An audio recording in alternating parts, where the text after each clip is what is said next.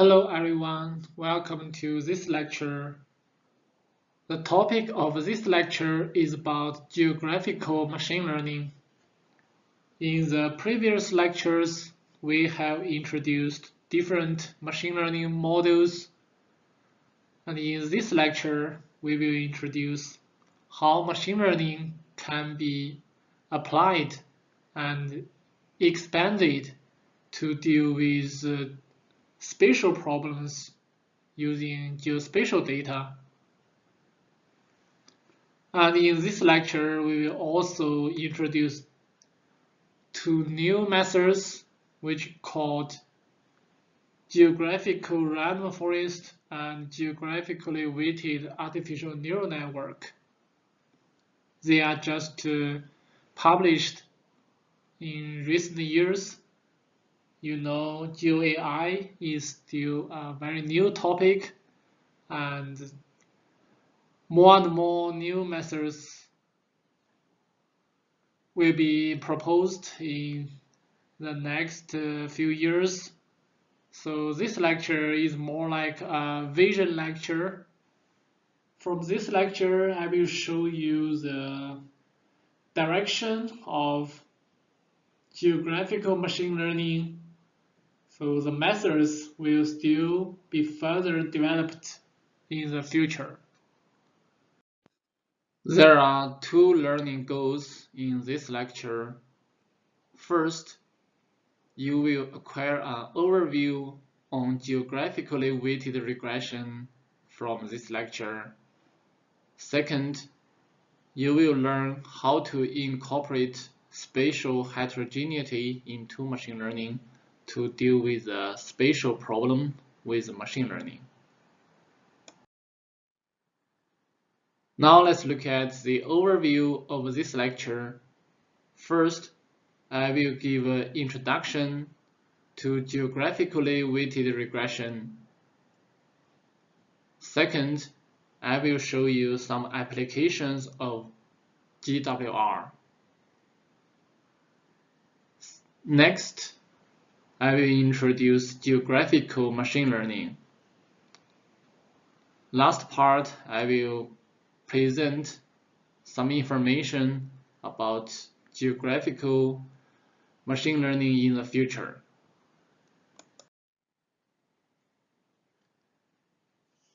First, let's look at an important concept in GIS, which is called spatial heterogeneity. Spatial heterogeneity refers to the uneven distribution of various concentrations of each species within an area. So it means the spatial distribution of various spatial objects is uneven within the area. Anselin also proposed spatial heterogeneity of relationships in 1989. He pointed that spatial heterogeneity of relationships is an important issue in spatial data analysis. Here, spatial heterogeneity of relationships also refers to spatial non-stationarity of relationships.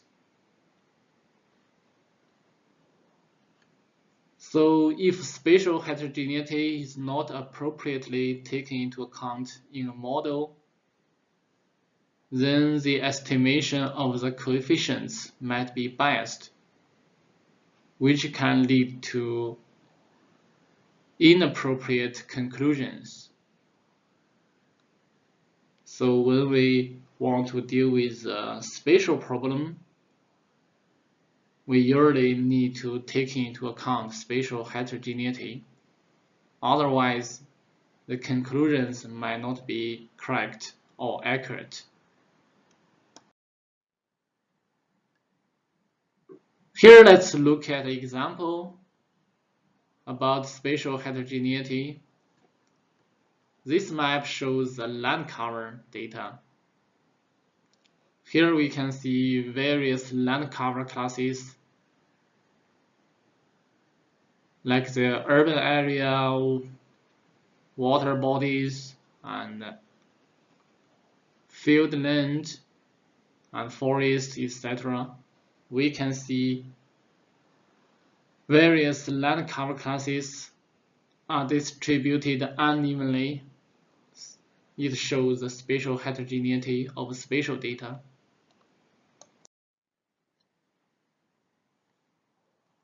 In the previous slide, we introduced spatial heterogeneity of relationships, also means spatial non-stationarity. In this slide, let's compare stationarity with non-stationarity in spatial data. Spatial stationarity is a condition that the data has a constant mean and variance in each location, and the mean, variance, and autocorrelation do not vary in space. In this case, it means that we can develop a model to describe the relationships across the whole study area. Here, spatial non-stationarity is a condition in which a simple global model cannot explain the relationships between variables.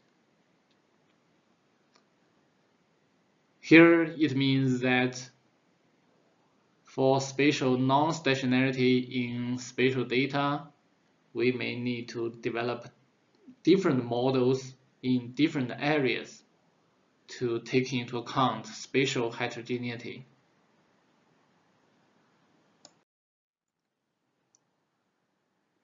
Here, let's look at another example. Let's imagine we want to model the relationships between population and the number of calls 911. This is an example that the relationships are not stationary across the study area. Here, let's look at the figures in the first row. Let's imagine we selected some polygons. You can see these highlighted polygons. And the relationships between the number of calls and their populations would be shown in the right figure, top right figure. We can see there's a linear relationship based on the selected polygons. If we select some other polygons, as shown in the bottom left, and the relationship between the number of calls and populations will be like this, these highlighted points. So here we can see the relationships between the number of calls and the populations depend on the selected polygons or depend on the locations. In different areas, we can observe different relationships between the population and the number of calls.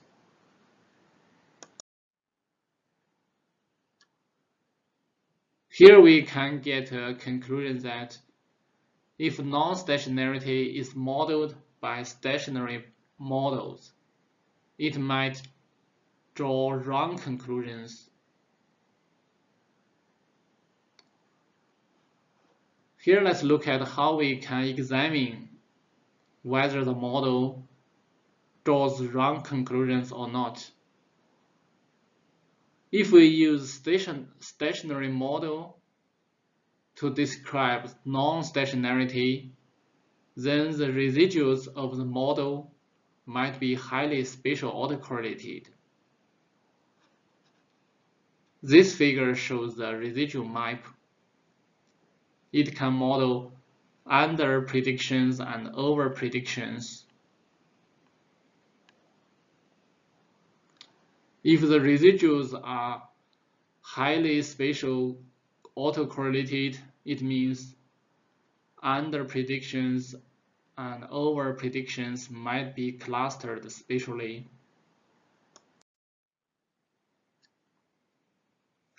Now let's look at geographically weighted regression, GWR. GWR is a technique which has been commonly used in spatial analysis to deal with a spatial regression problem. GWR allows to model spatially varying relationships between a dependent variable and a number of independent variables. GWR is an extension of ordinary least squares regression. It estimates a weighted least squares regression for each location. Here we can see the difference. OLS regression will develop a model for the whole study area, but GWR will estimate a regression for each location. So here we can see OLS regression is a global model and GWR are local models. In OLS, the global model creates a single regression model to represent the relationships, but in GWR, the coefficients in the regression equation are allowed to vary geographically. So it means that the relationship between the dependent variable and the independent variables can vary in strength and sign,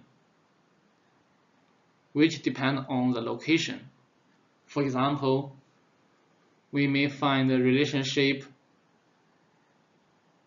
between dependent variable and independent variable is positive in some areas but negative in some other areas. We may also find their relationship could be strong in some areas and weak in some other areas.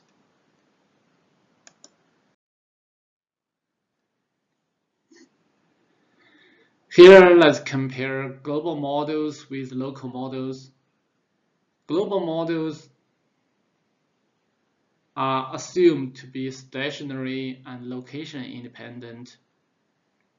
Local models are spatial disaggregation of global models, and the results of which are location specific. And spatial non-stationarity is assumed and will be tested in local models.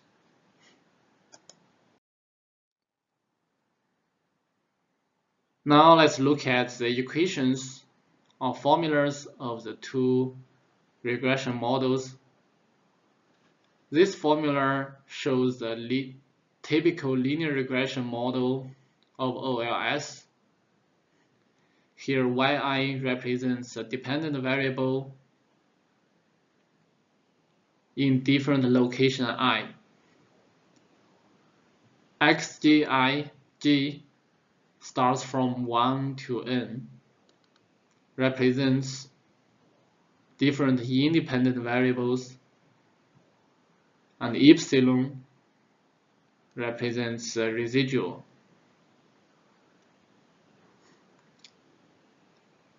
Here we can see for different locations, we only estimate a set of efficients, beta 0, beta 1, beta 2 till beta n. So when we apply this model to spatial data, it assumes a stationary spatial process existed.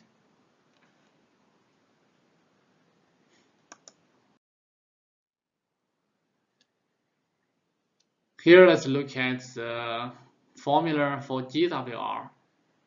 GWR addresses the non-stationarity directly. It allows the relationships to vary over space. It means that coefficients beta values do not need to be the same everywhere. Here we can see this formula. Yi represents a dependent variable in each location I. Ji represents independent variables at different locations. And for different location, we will obtain a coefficient. Here we can see beta 0 I, beta 1 I, beta 2 I till beta ni. Here we can see in different locations, the coefficients beta values are also different. So it means that instead of remaining the same everywhere, here beta values vary in terms of locations.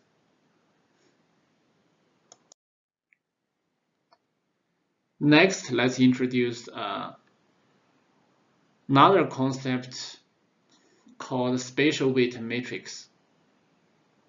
Spatial weight matrix is used in spatial analysis to represent the relationships between different locations or spatial units. Typically, spatial weight matrix consists of non-negative values that represent the spatial proximity or similarity between locations. The weights can be based on various criteria such as distance, contiguity, or functional relationships.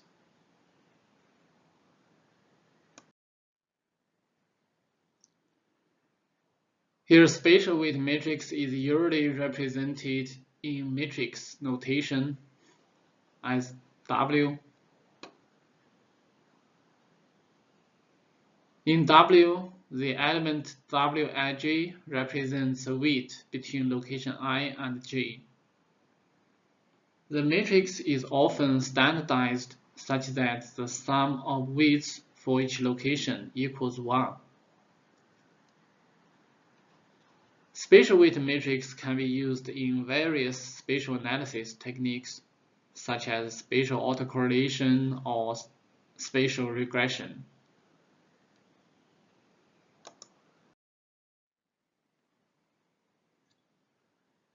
In spatial weight matrix, the locations where observations that are closer to the regression location are given a higher weight than those farther away, and the weights are determined by a distance decay kernel function and a bandwidth parameter.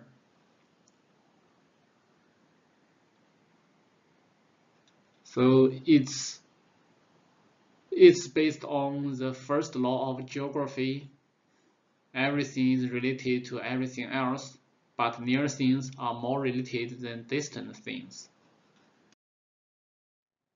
Here, the spatial weight matrix is used to define the geographical context of each observation in the dataset, and to weight observations based on their spatial proximity to the location being modeled.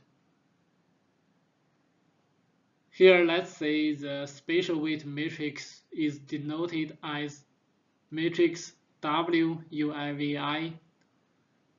The matrix contains the weight of each observation according to its distance to the point I of coordinates UIVI. In the matrix, let's say we use WUIVI XY to represent weight given to the point of coordinates xy in the local regression, centered on the point of coordinates uivi.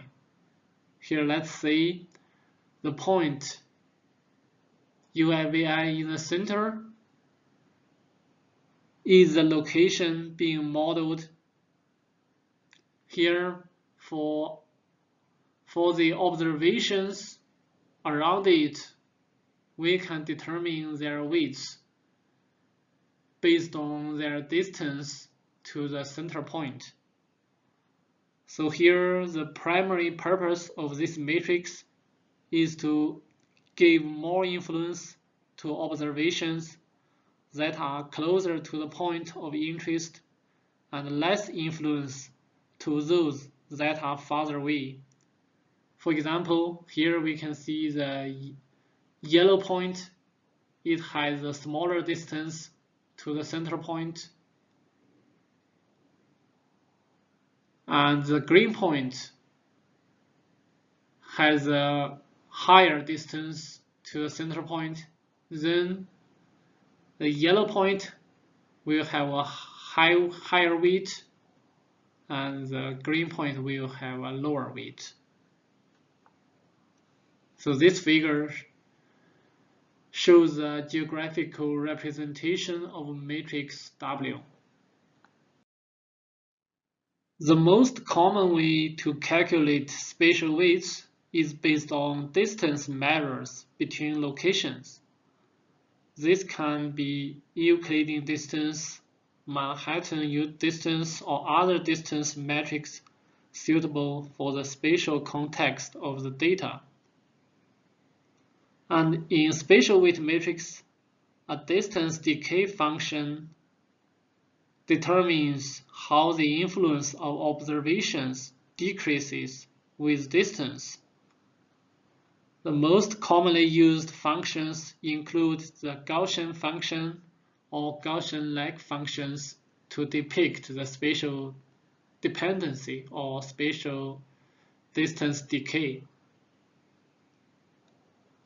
The bandwidth determines the scale of the local neighborhood around each location. So bandwidth can be either fixed or adaptive. If bandwidth is fixed, it means the same distance radius is used for all locations. If bandwidth is adaptive, it means the radius adjusts based on the density of observations to include a certain number of nearest neighbors. So we can say fixed scheme might produce large estimate variances where data are sparse, and adaptive scheme adjust bandwidth according to the density of data. Next, let's compare the two schemes. First, let's look at a fixed weighting scheme. In a fixed weighting scheme, the influence of an observation on the regression outcome is determined by its distance from the regression point using a fixed bandwidth. It means the bandwidth is the same across the entire study area. So we can say all local regressions use the same spatial scale to weight neighboring observations. Here, let's look at this map. We can see there are a number of points in this area, and these points have an uneven distribution. In the left side, we can see the dense points and sparse points in the right side. If we take the same bandwidth across the entire study area, so on the left side, for the regression point within the neighborhood based on the bandwidth, we can see it covers many points, but on the right side, the regression point, its neighborhood only covers 4 points here.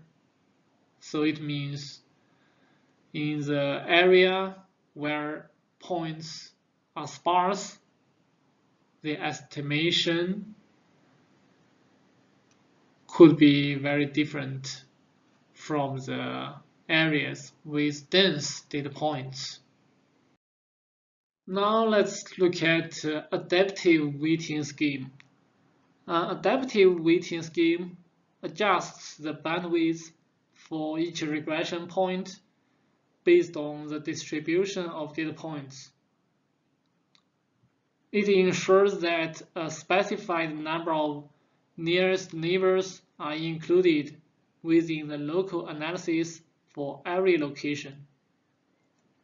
This approach is particularly useful in areas with uneven distribution of observations. And in this scheme, it means the bandwidth is variable and adapts so that a consistent number of nearest neighbors are included within an analysis for each location. We can still take this map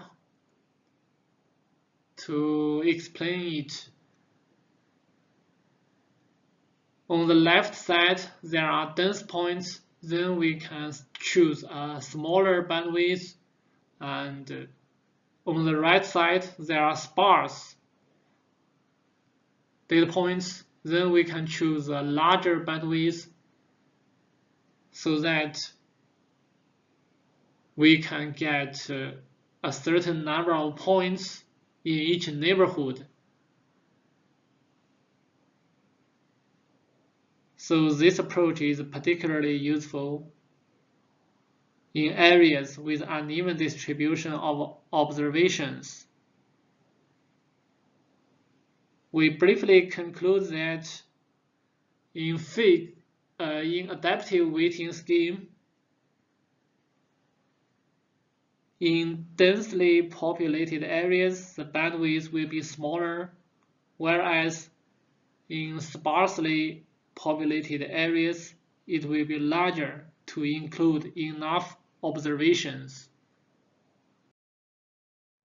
In the previous slides, we compared fixed weighting scheme with adaptive weighting scheme. And the choice between fixed and adaptive weighting schemes depends on the spatial distribution of data and the nature of the spatial processes we are analyzing. Adaptive schemes may offer advantages in handling spatial heterogeneity and ensuring statistical robustness in areas with varying data densities. However, fixed schemes can provide clearer interpretations and are easier to implement when the assumption of uniform spatial processes holds. Now let's look at how the bandwidth influence GWR results. This figure shows the influence of the choice of bandwidth on the kernel.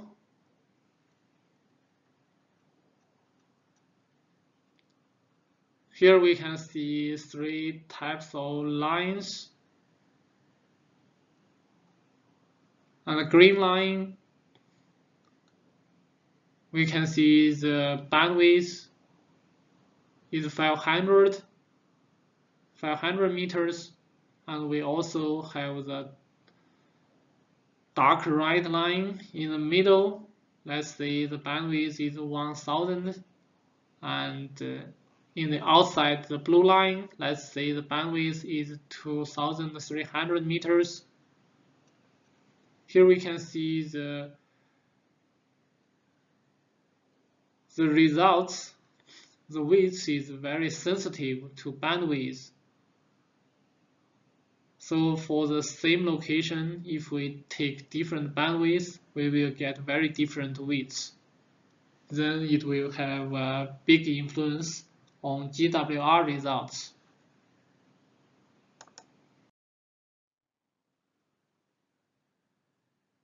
So when we use GWR, we usually need to optimize bandwidth.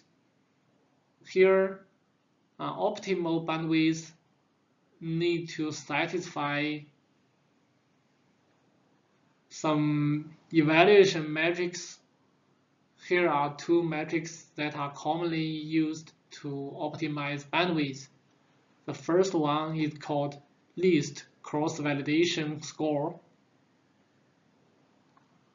It refers to the difference between observed values and the predicted values with GWR using the bandwidth. The second one is called least archaic information criterion, AIC. It works to balance the trade-offs between the complexity of a given model and its goodness of fit.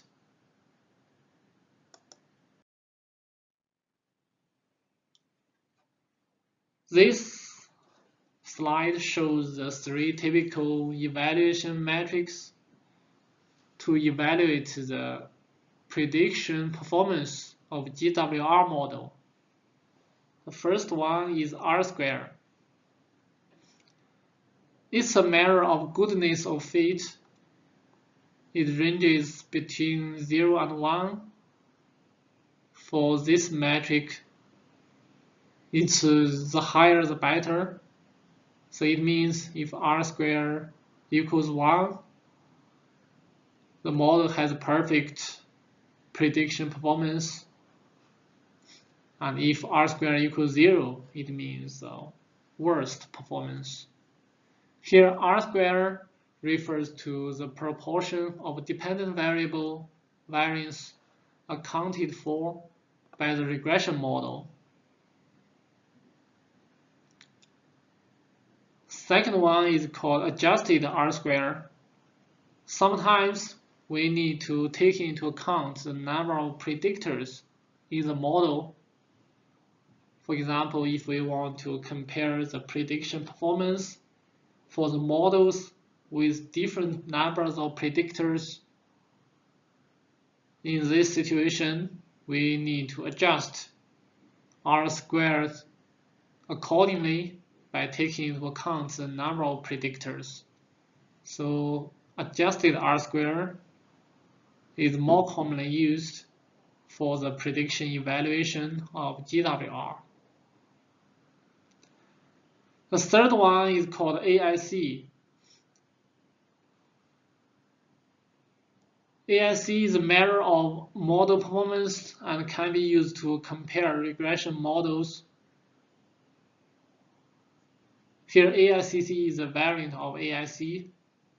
It takes into account model complexity, and the model with lower AIC value provides a better fit to the observed data.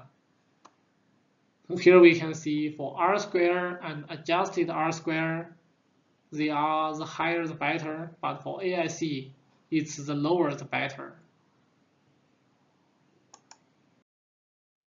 Now let's compare with OLS regression with GWR.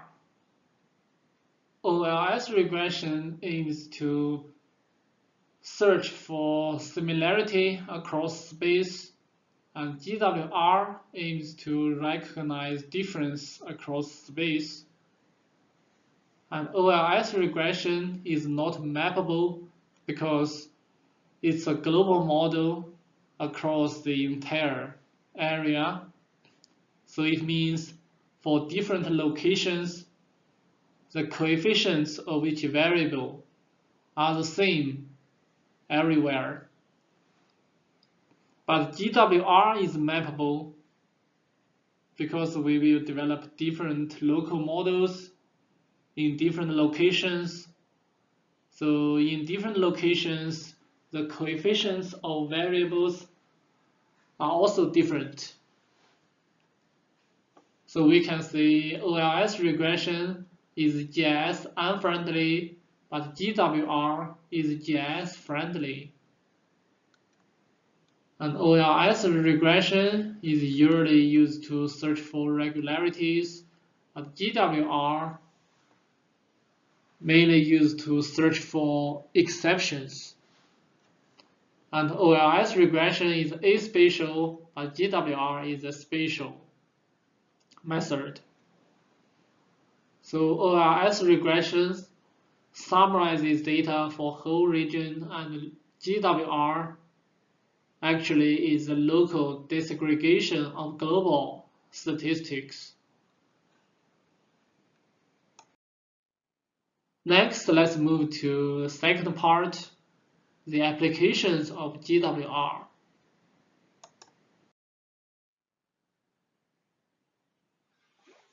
First, let's look at the example that aims to examine the relationships between station-level transit ridership and influence factors using OLS and GWR. In urban planning and transportation management, it's important to understand the relationships between station-level transit ridership and influencing factors such as the built environment, land use, social demographic factors. In this example,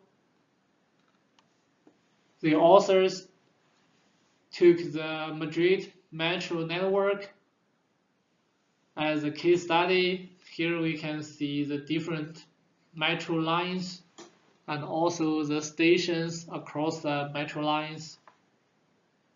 And for each station, its transit ridership can be estimated based on the data from public transport. And they also calculate a number of variables such as population, employment, workers, non-car households, land use mix, street density, number of lines, urban bus lines, and suburban bus lines. So here, for each metro station, they define a buffer for each station, and then these variables can be calculated based on the buffer. For example, to calculate the total population within the 800-meter buffer, or calculate the total number of jobs within the 800 buffer. Similarly, we can get the different variables. So here we have independent variables in the table. These variables are at the station level, and we also have dependent variable, which is transit ridership for each station. So based on the dependent variable and the independent variables, we can develop OLS regression model and GWR model.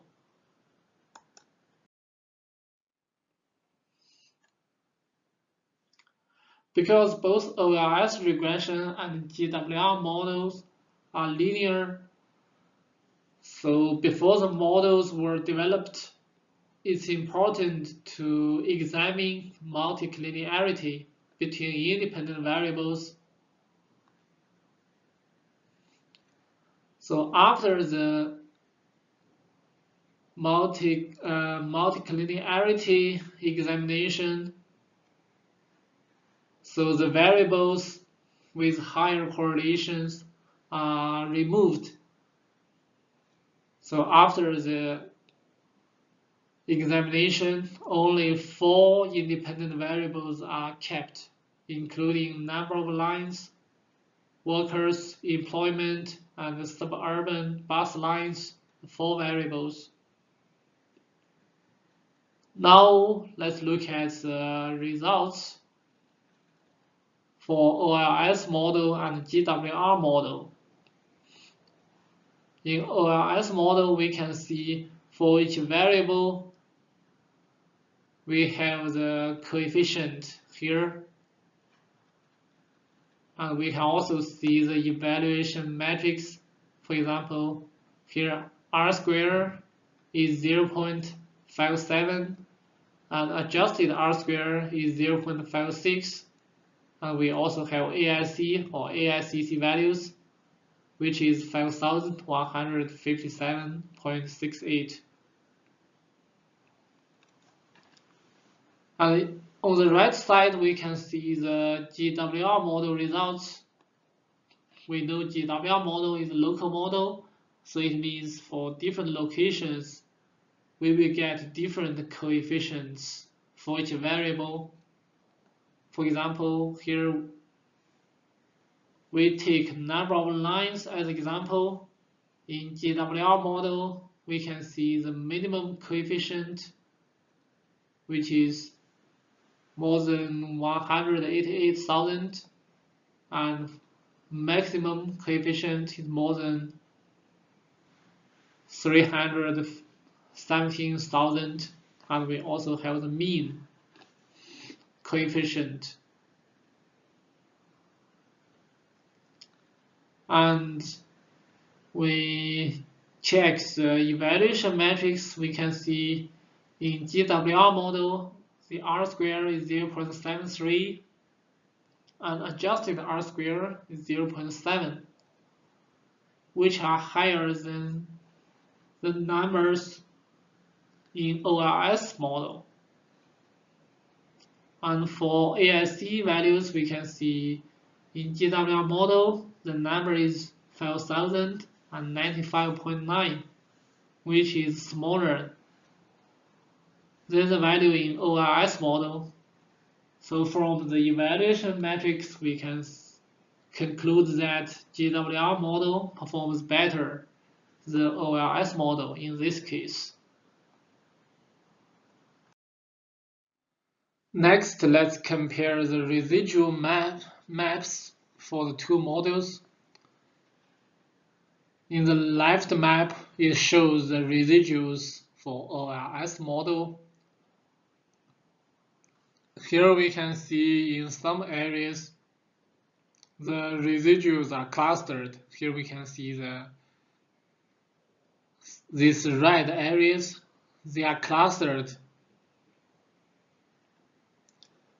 And on the right map, we can see the residuals are distributed randomly. Here we can conclude that GWR method achieves more accurate results.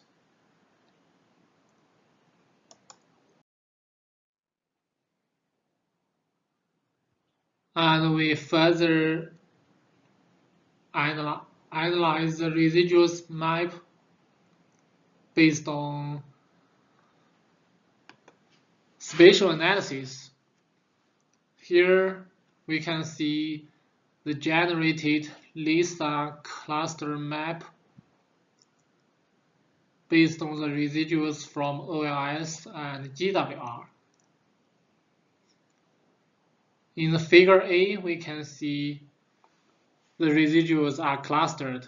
Here we can see the high areas represented by red color and the low areas represented by the blue color. And in figure B, we can see the significant high and low clusters are much less than those in figure A. So it also demonstrates that the GWR results has lower residuals and more accurate results.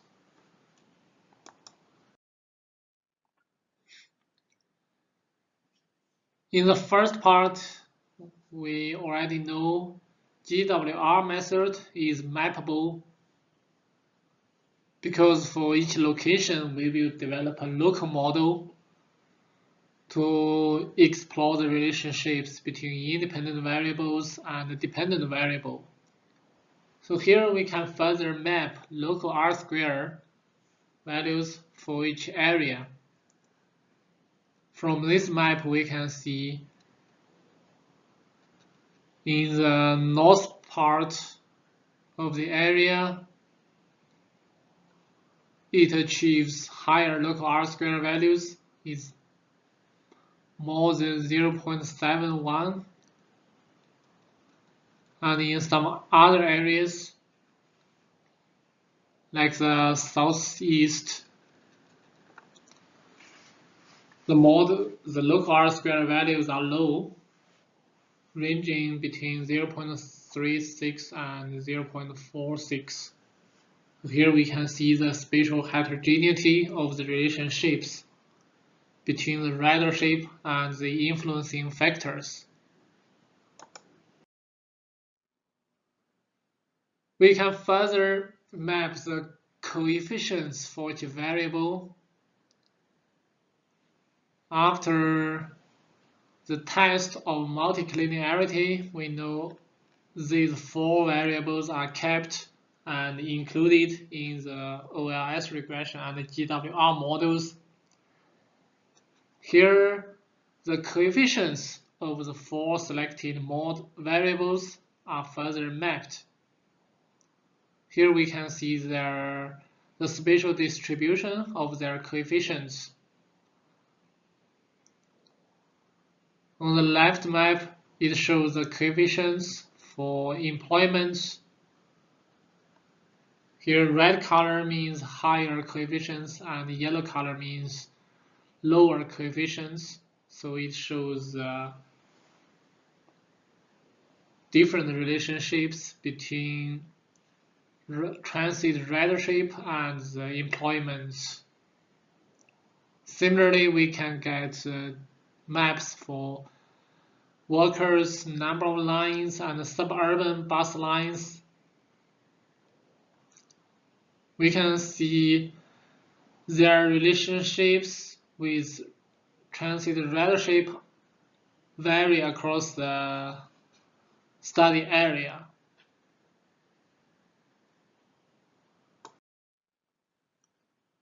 Next part, we will introduce geographical machine learning.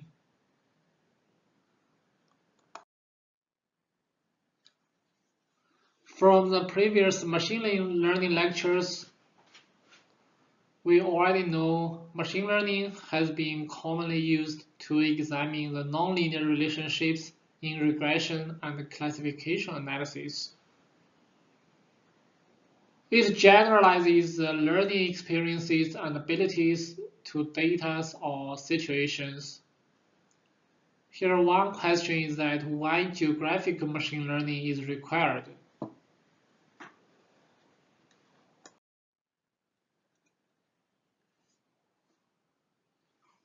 Similar to OLS regression, it's assumed that the relationships between dependent variable and independent variables are linear when using GWR. So here, traditional machine learning may not take into account non-stationarity in spatial prediction. That's why we introduce geographical machine learning.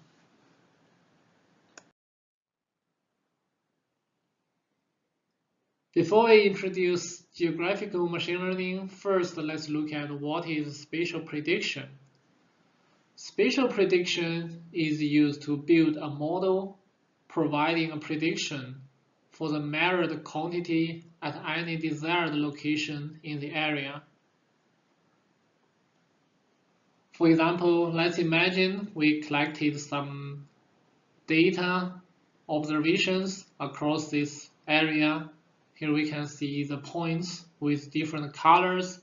It means in different locations, the variable has different values. Let's imagine we want to predict the value at this location based on the collected data observations.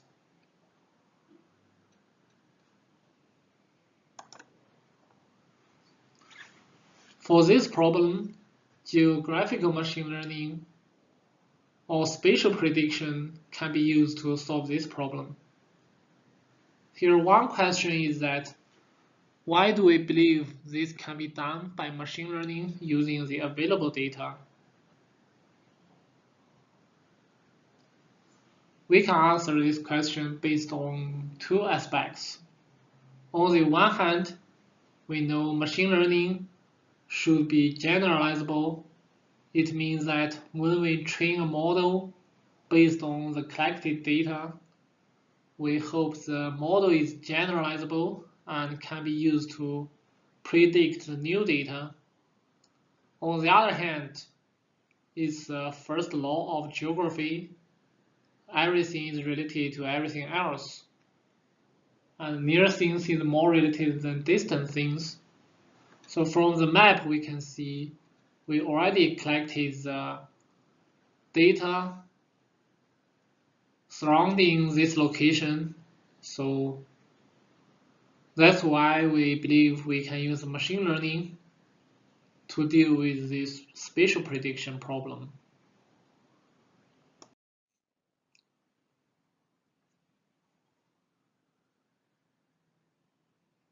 In the first part, we introduced the spatial heterogeneity. We know it may happen that the spatial distribution of data is different for different regions. For machine learning, stationarity is related to the assumption that the data are drawn from the same fixed distribution. In machine learning, we assume the training data and the test data, they should have similar distribution. Then we can use training data to train the model and to predict the test data. However, in spatial data, non-stationary process is common. As shown in the two figures, in the left figure, it shows a non-stationary process in one dimension, and the right figure shows a non-stationary process in two dimensions.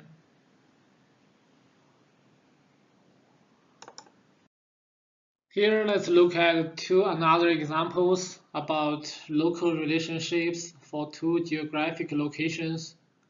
In figure A, it shows the relationship between X and Y. Their relationship can be represented as this curve.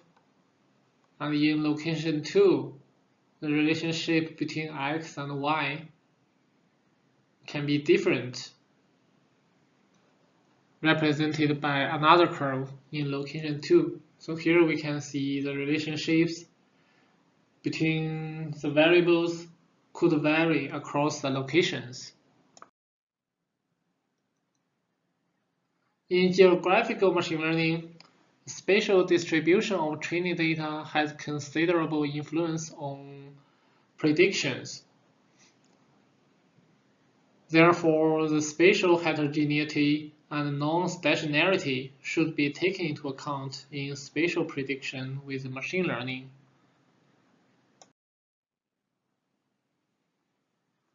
In the previous lecture, we have introduced random forest. Random forest model is a global model and a spatial method that might not address spatial heterogeneity.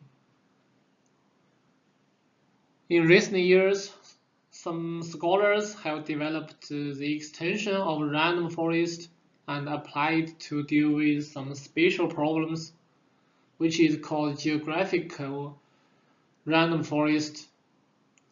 Geographic random forest actually is a disaggregation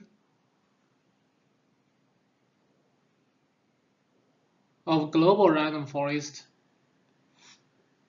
We already know GWR is a disaggregation consisting of several local submodels. So here, geographic random forest, its idea is very similar to the idea of GWR. Here, let's look at the steps of geographical random forest.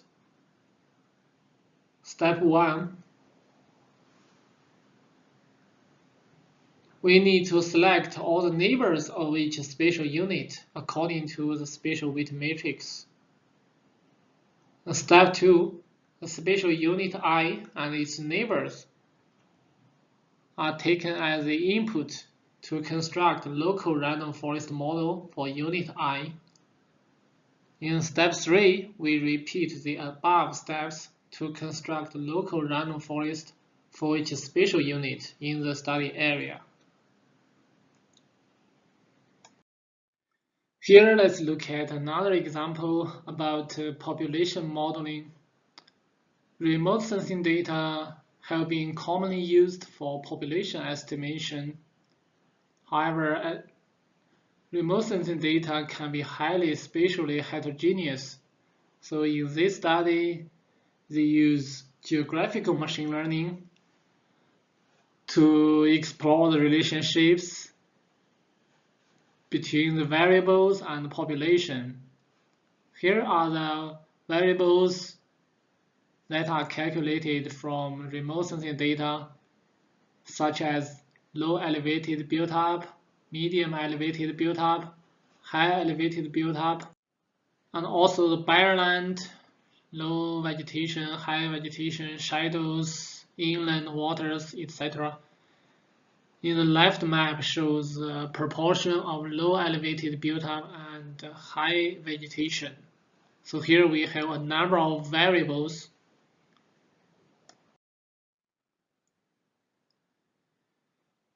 And here we can see the local R-square, because we already know geographical machine learning. They also develop local models at different locations. So here we can see on the right side, the red color means high local R-square values.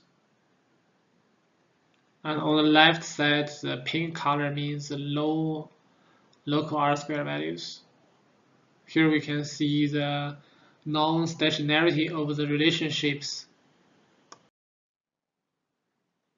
Now let's look at another example.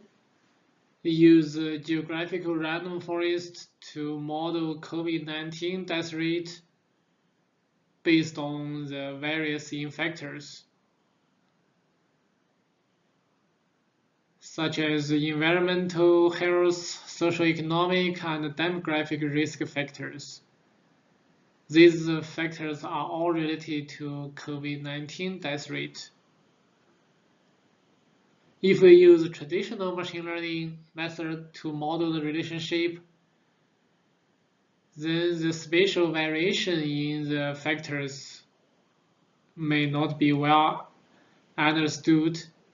So here, geographical random forest was used to examine the nonlinear relationship between COVID-19 death rate and 47 risk factors. The factors are derived from the US Environmental Protection Agency. This map shows the local R-square, and here we can see how local R-square values vary across the study area. So here the red color means high local R-square values, and blue color means low local R-square values. In this red area, we can see that local R-square values are above 0.8.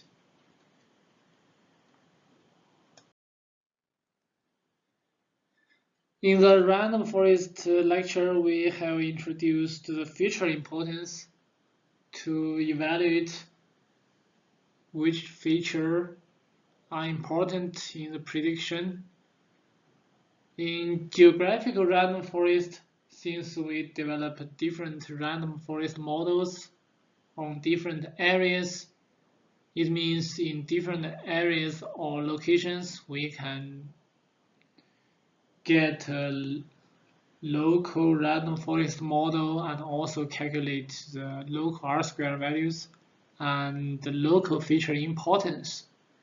Here, let's look at the spatial distribution of the local feature importance or variable importance.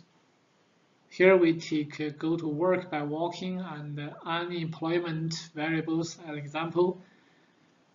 On the Figure A and Figure B, we can see the spatial distribution of feature importance. Here we can see the feature importance also vary across the space. Next, we will introduce another geographical machine learning method, which is called geographically weighted artificial neural network. This paper has been published in a journal in 2022.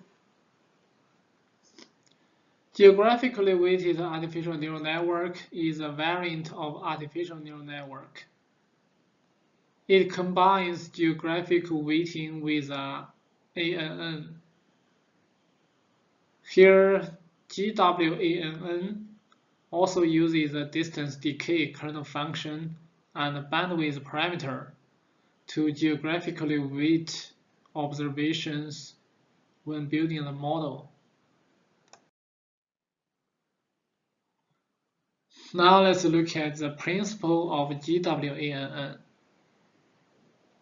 From the ANN lecture, we already know a basic ANN consists of an input, hidden, and output layer, and the connection width of a basic ANN from the hidden to the output layer can be interpreted as the coefficients of a linear model of non-linearly transformed variables. And the connection widths between the hidden and the output layer are estimated by using a geographically weighted error function. Here we can see the difference. In GWANN, a geographically weighted error function is introduced.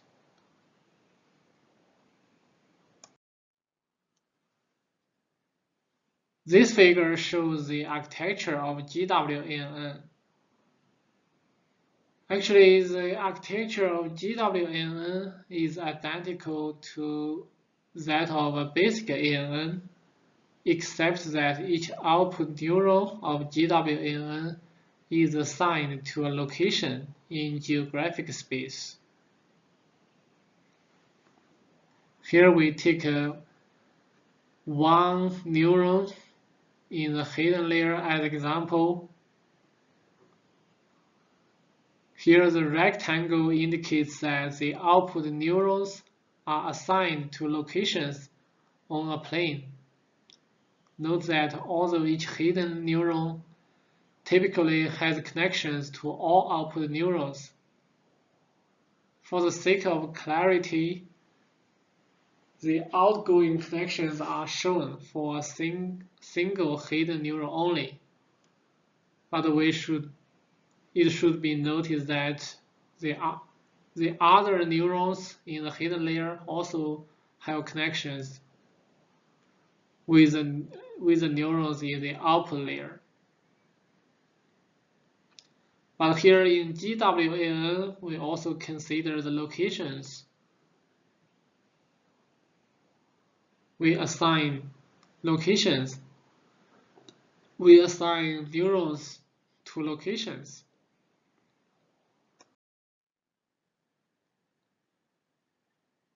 Here let's compare the traditional ANN with GWANN based on their architectures. In the left figure, it shows the architecture of ANN. We can see the three layers: input layer, hidden layer, and output layer. And in GWANN, we also have the same three layers: input layer, hidden layer, and output layer. But the difference is that the output neurons are assigned to locations on a plane. In traditional ANN, we will not consider their locations. Next, let's look at how GWANN works. Besides the network architecture, the main difference between GWANN and the basic ANN is that GWANN uses a geographic weighted error function instead of the basic quadratic error function to calculate the error. Here, let's look at the formula for geographically weighted error function. From this formula, we can see Ti is the target value, Oi is the output of output neuron I, Vi is the geographically weighted distance between the observation and the location of output neuron I, and N is the number of target values or output neurons. Here we can see Vi is the new part in this geographically weighted error function.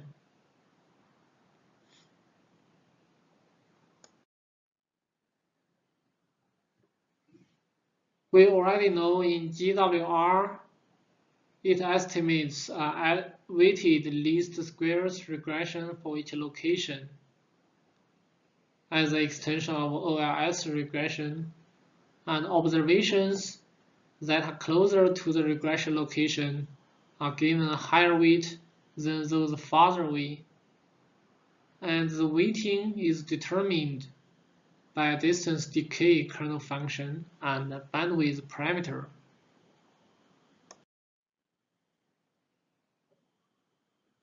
And the difference between the output neuron's output and the target values is weighted by the spatial distance between output neuron's location and the observation. It means the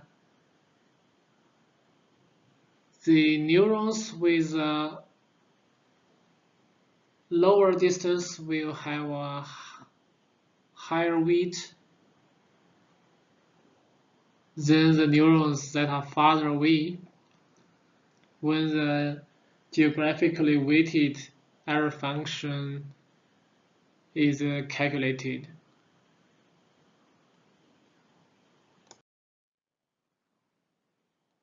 So we can conclude that when the output neurons location and observation are close, this difference is given more weight than when they are farther away. Following the definition of the geographically weighted error function, the connection weights of GWANN are calculated using backpropagation and gradient descent. We have introduced backpropagation and gradient descent in our previous lectures.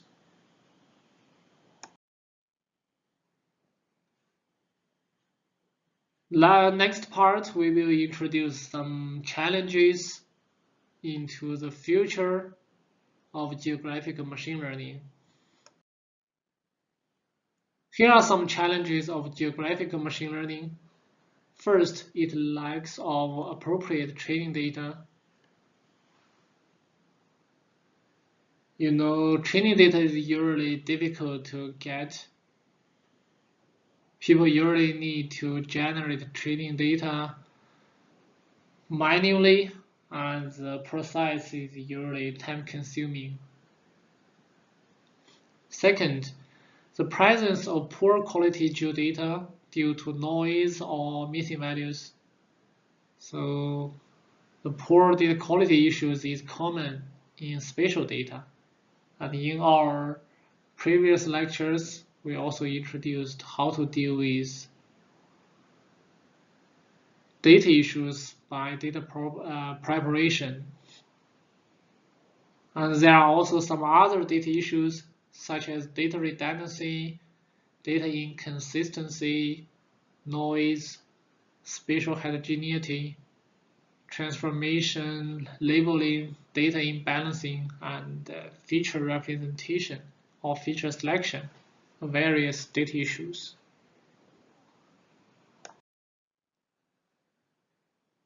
And there are also some challenges in the ethics of AI. And currently, geographical machine learning shows both challenges in physical geography and also human geography. The challenges include, but are not limited to, ethical issues, autonomy and accountability, transparency, and interpretability, etc. Here, let's look at this example. This is an ethical issue of AI in the self-driving cars. In this figure, we can see a self-driving car. Let's imagine the self-driving car is experiencing a brake failure. It means the users cannot control this car, and in the crosswalk we can see 3 other persons. They are crossing the road. So what should the self-driving car do? If the car continues driving and the 3 other persons will die, and if the car turns left, and then it will hit the roadblocks, and the couple and the kid in the car will die. And we know both the results are very bad. So what should the self-driving car do? So this is the typical ethical issues of machine learning. Here are some other challenges. For example, the lack of spatially explicit machine learning models. In the current studies, they are still mainly focused on using the traditional machine learning methods to deal with the spatial problem. It means traditional machine learning models are just applied to spatial data to deal with spatial problems. It still lacks of spatially explicit machine learning models.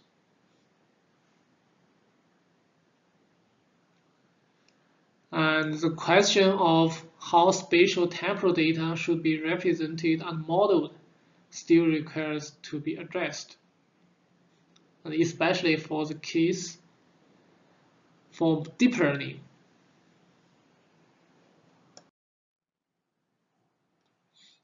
Another challenge could be the transferability of geographic machine learning.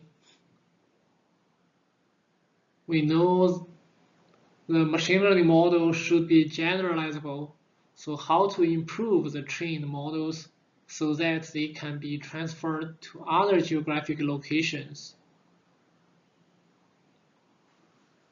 Here we can see this map. On the left and right areas, in the left side we can see the villas and the green space. And on the right side we can see a lot of apartments. Even if the 2 areas are very close, but here we can see the very different urban environment. So one question is that, can we train the model based on the data on the left side to do prediction on the right side, or vice versa? Here we can see the urban built environment is pretty heterogeneous. Here we can see spatial is special. So how can we improve the trained model so that they can be transferred to other geographic locations? This also deserves more study in the future.